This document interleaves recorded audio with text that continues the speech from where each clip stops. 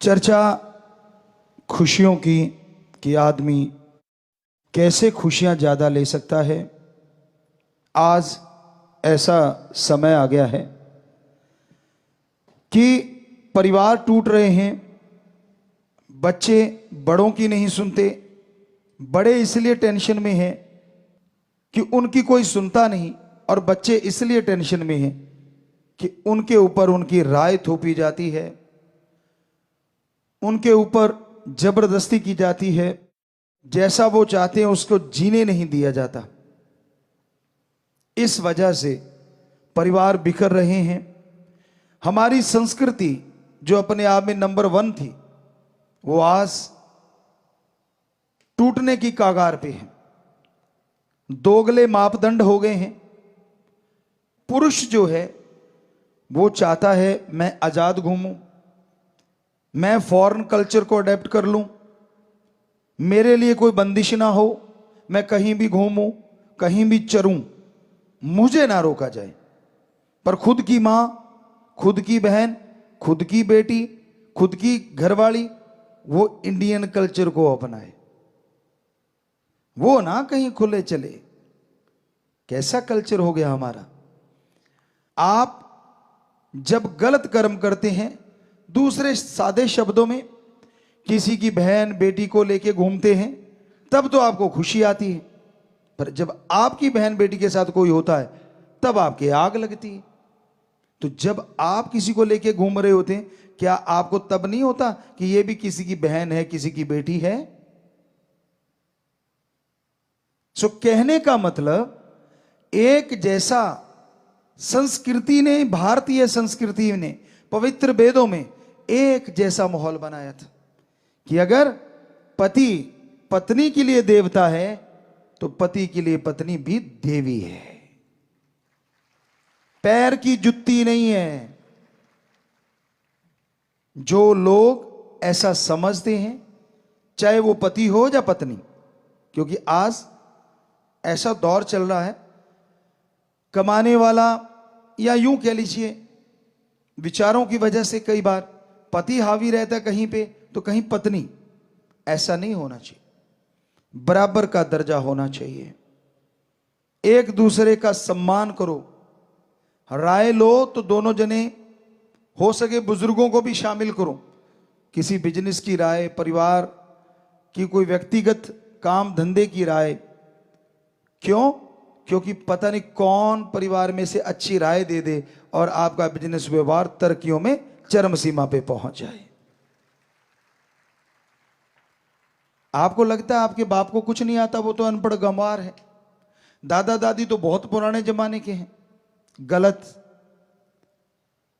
एक शिक्षा होती है जो उम्र के साथ मिलती है, तजुर्बा। कितने पढ़ लिख लो, कितनी डिग्रियां ले लो, जिंदगी का तजुर्बा जो सिखाता है वो किताबें नहीं सिखा सकती। इसलिए उनकी बात सुना करो। क्या पता आपको आपके घर में ही कोच मिल जाए जो आपको कोचिंग दें और आपका बेड़ा पार। और बुजुर्गों को चाहिए बच्चों की बात भी सुननी चाहिए। आपको एक छोटा सा उदाहरण देते हैं। बेपरवाह जी परमपिता शास्त्राम जी दाता रहबर, जो अब इस बॉडी में हैं, वो उस बॉडी में भी घूम रहे थे। बेरियों की तरफ हम जा रहे थे और रास्ते में एक छोटा सा बच्चा मिला। कहने लगा पिताजी पिताजी बात करनी है। पूछा बोल बेटा क्या बात करनी है? तो कहने लगा सफेद कपड़े या कोई भी कपड़ा आप डालते हैं ना, जब उल्टा करके डाला करो। तो हमने पूछा क्यों भाई, किस लिए बेटा? कहने लगा जी एक तो दाग धब्बा, अगर हल्का फुल्का मिट्टी आएगी तो अंदर आएगी और झड़का के पहनेंगे उड़ जाएगी। हल्का फुल्का धब्बा लगा भी तो अंदर की साइड लग गया। दूसरा, परमपिता जी कहते यानी कि वो हम बताते हैं, कहते क्या कि मक्खी मच्छर आएगा तो अंदर की साइड में रहेगा और जब उसको सीधा करेंगे तो वो निकल जाएगा, और उसको पहनेंगे तो नेचुरली सही रहेगा। तो बेपरवाह जी हंस के कहने लगे भाई छोटा बच्चा भी राय दे ना तो उसकी राय ले लेनी चाहिए अगर वो अच्छी हो। तो जो आपके नन्हे नन्हे फूल हैं, छोटे छोटे जो खुशबू बिखेर रहे हैं, कलियां हैं, ये छोटे छोटे बच्चे भी दिमाग रखते हैं, इनके भी दिमाग है, यहां भूसा नहीं भरा हुआ। अगर इनकी बात भी आप सुन लो तो क्या पता ये आपसे बढ़िया कोई सजेशन दे दें जिससे पूरे घर का फायदा हो जाए। क्या पता ये कोई ऐसे बढ़िया आइडियाज दे दें जिससे घर परिवार में प्यार बढ़ जाए। कम मत आंको किसी को भी। बहस का मतलब झगड़ा नहीं होता, क्योंकि हमने बहुत देखा है लोग जब बहस करने बैठते हैं, बहस का मतलब दूसरे शब्दों में अगर सही बोले तो चर्चा होना चाहिए। चर्चा करना, किसी टॉपिक पे चर्चा करो, तो वो चर्चा करना ज्यादा सटीक शब्द है। बहस तो झगड़ने को भी आजकल नमूना बन गया है, झगड़े को ही बहस कह देते कि शुरुआत बहस और फिर झगड़ा। चर्चा करो स्वस्थ तरीके से कि भाई तू अपने विचार बता, उसको काटो ना, उसकी पूरी बात सुनो, दूसरे को बोल तू बता, तीसरे को बोल तू बता। अब सबकी सुने जो घर का मुखिया है, और फिर कहे कि बेटा हो सके तो लिखो पॉइंट, जो मेन पॉइंट होते हैं उनको लिख लो जो परिवार वाले चर्चा कर रहे हैं। तो जिसका सबसे बेस्ट है उसका क्यों बेस्ट है और दूसरों का क्यों कम है ये बताओ, और फिर कहो कि मुझे ये लगा कि ये सबसे बेस्ट तरीका है। फिर चर्चा करो क्या बेस्ट है, इसमें क्या माइनस है, क्या प्लस है। तो यकीन मानो लास्ट में उस चर्चा का जो रिजल्ट है 100% पॉजिटिव निकलेगा और आपके घर में खुशियां आएंगी। पर आप बात करने से पहले ही काट देते हो, तुझे बड़ा आता है, तू बड़ा कल का छोकरा और मुझे समझाएगा, तू होता कौन है। आपकी ईगो हार्ट हो गई क्योंकि बच्चे ने आपसे बढ़िया तरीका बता दिया। ये गलत है, बल्कि खून तो आपका है, बल्कि मान करो, सत्कार करो, खुश हो जाओ कि देखो मेरे खून में कितना ज्यादा अकल है, कितनी ज्यादा दिमाग है। पॉजिटिव लो उस चीज को, नेगेटिव ना लो। और बच्चों को भी जैसे हमने बताया अपने मां बाप का सत्कार करना चाहिए, इज्जत करनी चाहिए। ये आप मान लीजिए 20 से 30 साल की उम्र की चर्चा कर रहे हैं हम अभी जो कर रहे हैं, वैसे तो बचपन से आजकल माने तो बचपन से 30 साल तक बुजुर्ग कोई बात नहीं समझ पा रहे, आपके मां बाप, दादा दादी, नाना नानी, मतलब बुजुर्ग आपसे बड़े, तो आप बजाय उनको नीचा दिखाने के बच्चों प्यार से, सत्कार से, इज्जत से बात करो। पहले उनकी पूरी सुन लो, फिर उनका सत्कार करो कि भाई पापा जी आपने बहुत बढ़िया बात बताई, पर अगर आप आज्ञा दें तो क्या मैं भी कुछ बता सकता हूं, मेरे भी माइंड में कुछ आइडिया आ रहा है। तो हमें लगता है उनकी ईगो हार्ट नहीं होगी, अहंकार को ठेस पहुंचती है ना, तब गड़बड़ होती कि मैं बड़ा तू छोटा, तू है क्या।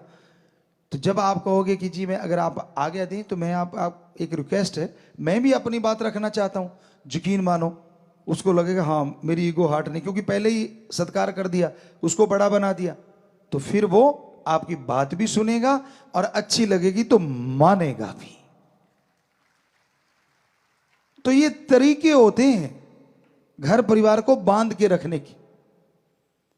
संयुक्त परिवार होते थे तो उसमें कितनी खुशियां होती थी। तो कहने का मतलब संयुक्त परिवार जो होता है ना, बड़े फायदे होते हैं। मान लो 2 भाई हैं, इकट्ठे रह रहे हैं, आगे 2 बच्चे हैं, तो उनमें से एक भाई नौकरी करता है, दूसरा भाई अगर मान लो खेती बाड़ी या कोई थोड़ा बिजनेस करता है, तो कहते हैं ना 1 और 1 11 हो जाते हैं और एक ही रह जाता है। और दूसरी बात, खास करके सत्संगियों को, हम अपने उन बच्चों को जो राम नाम से जुड़े हैं जरूर हाथ जोड़ के कहना चाहेंगे कि अगर आप 2-3 भाई हो, इकट्ठे रह रहे हो, तो 2 लोग अगर घर का काम कर रहे हैं और एक सेवा के लिए फ्री हो सकता है, तन मन धन से परहित परमार्थ कर सकता है। बदल बदल के करते रहे ना, एक बार एक आ गया, दूसरी बार दूसरा आ गया, तीसरी बार तीसरा आ गया। और आज के युग में, आज के समय में परहित परमार्थ अपने को छोड़ के सारी सृष्टि का भला करना, अपना तो करना ही होता है, वो तो एक आत्मिक मालिक ने शक्ति दी है कि आप आत्मिक रक्षा करें, आत्मरक्षा वो तो करना ही है। लेकिन फिर अपने को छोड़ के परहित परमार्थ करने वाला कोई कोई है। अगर सारी जनसंख्या देखें तो वीडियो बनाने वाले मिल जाएंगे, एक्सीडेंट हुआ पड़ा है, खून निकल रहा है, कोई किसी को मार रहा। अभी पीछे एक हमने देखा, शरेआम दिल्ली में एक राक्षस प्रवृत्ति का बच्चा एक बिटिया पे चाकू बरसा रहा था। वो बड़ा हाईलाइट हुआ था, हमने टीवी पे देखा। तो वहां लोग आ रहे हैं, जा रहे हैं, किसी ने कोई वीडियो बना रहा है। अरे लानत ऐसे लोगों पे और लानत उनके शिक्षा पे। क्यों नहीं दो चार ने मिलके उसको पकड़ लिया, उसके पीछे से जाते और बाजू काबू कर लेते, बात खत्म। लेकिन नहीं, मरने दिया। यहां तक नहीं, उसने पत्थर उठा के वो जो किया, ये रोंगटे खड़े करने वाली घटना थी। लेकिन वहां लोग ऐसे जा रहे थे जैसे कोई बात ही ना हुई हो। कहां गई हमारी संस्कृति, कहां गई हमारी इंसानियत, जिसके बल पे हमारी संस्कृति पूरे वर्ल्ड में नंबर 1 है। हमें खुशी है हमारे 6.5 करोड़ बच्चों पे, खास करके उन बच्चों पे जो ऐसे समय में इंसानियत को नहीं भूलते और लोगों की मदद करते हैं। चाहे बाढ़ का पानी हो, चाहे भूकंप आया हो, प्राकृतिक आपदा या ऐसी कोई चीज दिख जाए, वो नहीं पीछे हटते। एक्सीडेंट हुआ पड़ा है, उसको उठा के हॉस्पिटल पहुंचाएंगे। जब हमने शुरू किया था, शुरू में कुछ बच्चों को परेशानी भी आई, क्यों वो लेके जाते थे, लोग उन्हीं को बिठा लेते थे कि तू, तेरी गाड़ी से तो नहीं हुआ एक्सीडेंट, औरों की छोड़ो, हम अपनी बात सुनाते हैं आपको। राजस्थान में श्री गंगानगर साइड से हम होते हुए गुरुसर मोड़िया जा रहे थे। तो जैसे ही सुखाड़िया सर्कल है, वहां से निकले, बुद्रवाली से आए थे, गंगानगर में किसी घर गए थे, तो वहां से निकले, हमारे आंखों से थोड़ा सा दूर बस ने बैक मारा और एक बाइक पे बच्चे थे, तो वो तड़ाक से नीचे गिरे। तो गिरते ही हमारी गाड़ियां नजदीक पहुंची, तो हमने सेवादारों को बोला कि भाई पीछे से इनको उठा के हॉस्पिटल पहुंचा दो और इनका इलाज करवाओ। अब हम तो ये कह के चले गए, गुरुसर मोड़िया पहुंच गए। अगले दिन पुलिस आती है, पता नहीं उसी दिन शाम को, सारी गाड़ियां चेक कर ली, एक एक गाड़ी चेक करके फिर कहते गुरुजी वाली भी चेक करनी। हमने कहा करवाओ। वो गाड़ियां भी चेक कर ली, कहते हाँ आपने तो एक्सीडेंट नहीं किया। हमने कहा हमें जरूर मिला ना, हमें मिले वो सज्जन। हमने कहा भाई तू उनको क्यों नहीं पकड़ता जिन्होंने किया है। और बस के अंदर जो लोग थे उन्होंने भी गवाही दी कि बस वाले ने ठोका है। बहुत बेचारा साइड में चल रहा था बाइक वाला, और उसने एकदम से गाड़ी कट मारा और वो उड़ा दिए। तो अंदर से गवाही भी किसी ने दी, तो सिर नीचा कर लिया उन्होंने। हमने कहा बोलो किस पे डालना चाहते हो, कौन सी गाड़ी पे, हम ही लिखवा देते हैं, बोलो कौन सी गाड़ी पे डालना चाहते हो केस। कहते गुरुजी क्षमा करना, शर्म करो। हमने कहा शर्म, चंद नोटों के लिए क्या कर रहे हो, क्या ड्राइवर आपका दोस्त है, मित्र है। तो उनको कोई जवाब नहीं था। तो उस समय परेशानियां आती थी। राम जी ने कृपा करी, हमारे देश के जो राजा होते हैं उन्होंने सुना और फिर कानून बन गया, शायद हमें पक्का नहीं मालूम, कि जो बचाएगा उस पर ऐसी कोई कार्रवाई नहीं होगी, शायद में भी। तो अब साध संगत जबरदस्त तरीके से लोगों की जान बचा लेती है जो एक्सीडेंट में पड़े होते हैं या डूब रहे होते हैं,